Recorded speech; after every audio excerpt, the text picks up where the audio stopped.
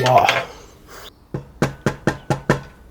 Kommt ran, Leute! Heute nehmen wir das Monster aus Holland auseinander, den Canemate. Das ist die massive 22 Quad Maschine. 21 Liter pure Power für eure Vorratskammer. Ich zeige euch heute die ultimativen Hacks und warum dieser Topf ein Game Changer für eure Unabhängigkeit ist. Ich mache heute einen Live-Test. Schweinebauch. Fein geschnitten als Rolle mit der Schwarte in der Mitte ins Glas gepackt. Gewürzt wird mit einer Knoblauchmischung von Fuchs. Zum Salz nehme ich ca. 12 Gramm Pökelsalz pro Kilo. Den Rest liefert die Mischung. Das Pökelsalz sorgt nicht nur für die rosa Farbe, sondern ist auch eine zusätzliche Sicherheitsstufe gegen Verderb. Das Salz verringert zusätzlich das Risiko, dass das Fleisch verdirbt und bringt echte Haltbarkeit ins Regal. Wer die Mischung genau wissen will, dazu gibt es noch ein extra Video.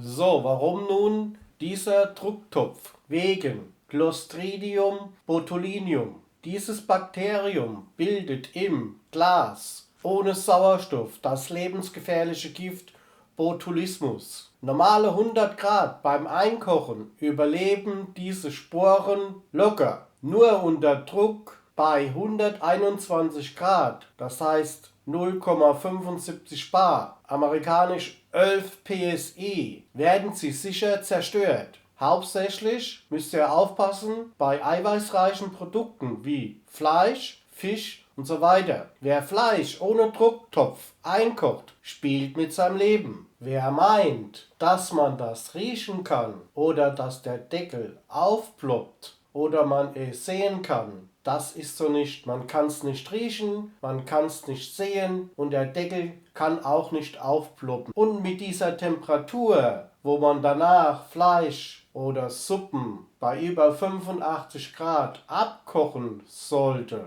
damit das Toxin dann draus ist, die Sicherheit, darauf würde ich mich selbst jetzt nicht verlassen.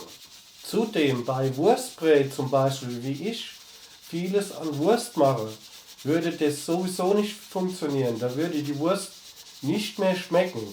Und wer will schon aus dem Regal ein Glas rausholen, wo ein Gift drin ist? Das kann ja nicht sein.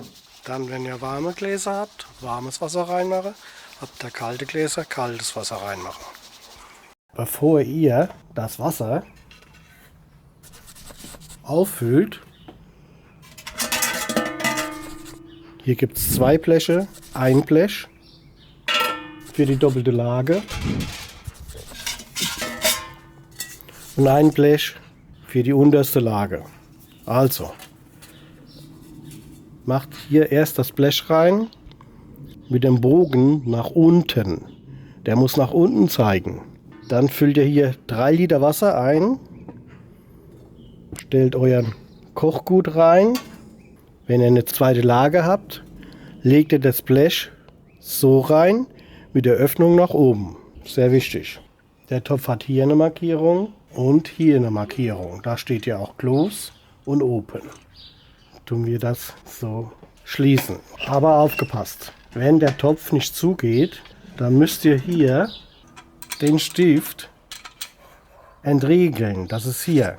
Dann fällt er zurück. Habt ihr gesehen? Ich habe es jetzt falsch erklärt. Die Entriegelung, die ist jetzt oben. Die muss nach unten sein. Dafür ziehe ich unten wieder an.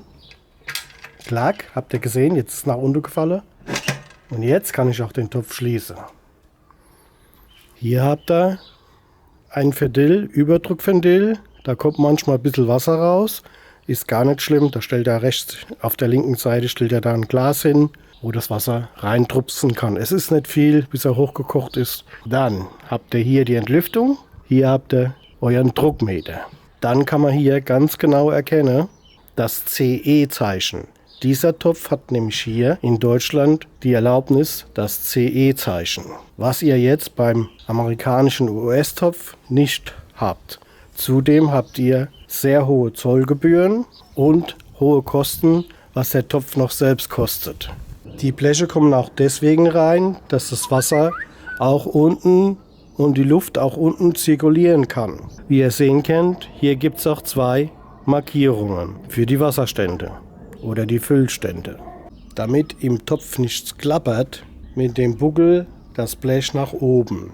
Wie ihr schon gesehen habt, nach dem ersten Kochen, wie ihr Fleisch unschwer erkennen könnt, das Blech ist ja schon etwas dunkel geworden und der Bodenrand wird halt auch dunkel. Aber das ist ganz normal und gesundheitlich auch gar nicht gefährlich. Allerdings, wenn ich jetzt hingehen würde, zum Beispiel würde ich eine Leberwurst hier drin machen und das im Topf abkochen, würde ich das so nicht machen. Also da scheiden sich auch die Geister. Man kann ja auch Suppen oder ähnliche Sachen damit machen. Also ich selbst würde das so machen. Ich habe mir jetzt bei Steffi Kocht auch auf ihrer Seite verlinkt, auch günstig, diese Gläser gekauft. Da geht ordentlich was rein und da würde ich meinen Schweinebauch und mein Fleisch, was ich zum Leberwurst brauche, darin abrühren. Somit habe ich das Problem auch gelöst. Also ich werde den Topf eigentlich nur zum sicheren Abbrühen benutzen wegen Gefahr Botulismus. Nämlich, ihr könnt wirklich nur total sicher sein bei Produkten, die einen pH-Wert haben, mehr wie 4,6, dass ihr vor Botulismus sicher seid. 22 QT. Also ich koche auch jetzt streng nach offiziellen Sicherheitsstandard. Hier sind eure Zielwerte. Fleisch und Schweinebauch brauchen 0,75 bar. Das sind genau 11 PSI für 75 Minuten. Kommt natürlich auch drauf an, wie groß das Glas ist. Ich habe jetzt 380 ml Gläser, so darum. Da gehen wir auf 500 Gramm Gläser. Das ist der Richtwert. Könnt ihr dann aufrunden. Und dann sind es eben genau 75 Minuten. Die Gläser sollten aber gleich hoch sein und gleicher Inhalt haben. Sonst ändert sich das. Da müsst ihr aufpassen. Bei Obst, Äpfel oder Birnen gehen wir mit dem Druck runter auf 0,35 bar. 5 PSI für 10 bis 20 Minuten, damit es knackig bleibt und nicht zu matschig wird. Also alles, was einen pH-Wert hat, mehr als 4,6, zum Beispiel Fleisch, Fisch, alle eiweißreichen Produkte und so weiter. Das müsst ihr mit 121 Grad kochen. Also ist ja ein Druckkessel. Der ist anders wie ein Schnellkochtopf. Ich habe früher immer schon mit dem Schnellkochtopf eingeweckt. Der ist von Fissler. Der erreicht auch hohe Temperaturen. Aber eben nicht ganz so viel, wie es sollte sein. Gibt es aber einen neuen noch und der kostet aber sein Geld. Der soll angeblich auch diese Temperatur erreichen. Wird aber nur verkauft in der 8-Liter-Version mit 3 Stufen, aber man bekommt halt nicht viel rein. Hier bekommst du ja ca. 20 Gläser rein. Also ich werde dann demnächst noch eine Liste erstellen, wo ich aufschreibe genau, mit wie viel Zeit man hier einwecken tut. So, jetzt kommen wir nochmal hier zum Abdampfen. Also, das ist auch eine Entlüftung. Ihr müsst 3 Liter Wasser reinmachen, vergisst die Bleche nicht, das kleine Blech der Wölbung nach unten, damit das Wasser zirkulieren kann, damit die Luft rausgehen kann. Und dann müsst ihr das so lange erstmal hochkochen, bis es hier anfängt zu dampfen. Das sollte nachher so ein bisschen zischen. Also wenn das zischt, könnt ihr euren Timer einstellen und dann macht ihr noch 10 Minuten drauf. Also erst wenn das zischt, dann macht ihr 10 Minuten drauf. Und wenn die 10 Minuten um sind, dann setzt ihr hier euren Gewicht drauf. Das heißt, wenn ihr unter 300 Meter seid, Meeresspiegel, kommt hier nur eine Scheibe drauf. Die geht genau bis 11 bar. Solltet ihr über 300 Meter wohnen, kommen hier 2 Scheiben drauf. Zum Beispiel bei meinem Schweinebauch habe ich 75 Minuten gebraucht und der wird genau dann mit einem Ring auf 11 bar steigen. Ich habe die Temperatur am Herd müssen gar nicht verändern. Ich habe hier so einen Campingkocher. Das war zwar volle Stufe, aber er hat genau knapp 10,56 gehabt. Aber wie gesagt, wir haben hier da eine Differenz von dem Druckmesser von 0,5 bar. Also hat das ganz genau gestimmt. Sollte man vielleicht nicht machen, aber es war mal so eine Idee von mir. Man könnte auch hier auf das Gewicht eine kleine Unterlagscheibe drauf machen, gibt es zu kaufen, wo gar nicht schwer sind, dann hätte man wahrscheinlich schon diese 0,5 bar mehr. Die Gläser verlinke ich euch auch. Hier habe ich jetzt einen Gulasch gestern gemacht. Ich werde euch auch gleich noch das Ergebnis vom Schweinebauch zeigen. Da werde ich mal ein Glas aufmachen. Wenn noch irgendwelche Fragen sind, gerne melden bei mir.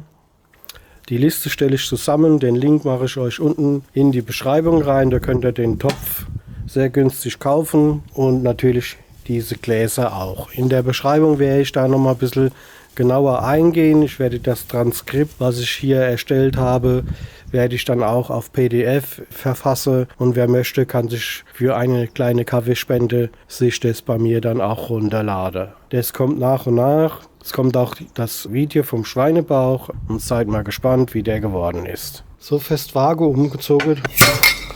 Wow. Hey Mama mia, schaut euch das mal an. Da hole ich jetzt für euch auch mal raus. Guck, ob ich das schon rauskriege. So, also so sieht's aus. Schaut es euch an. Klasse. Und von dem gibt es extra noch ein Video. Da habe ich auch die Schwade mit reingebracht. Hier sieht man es. Leute, das ist alles butterweich. Perfekt. Kann man noch kalt essen. Und ich sage tschüss, bis zum nächsten Mal.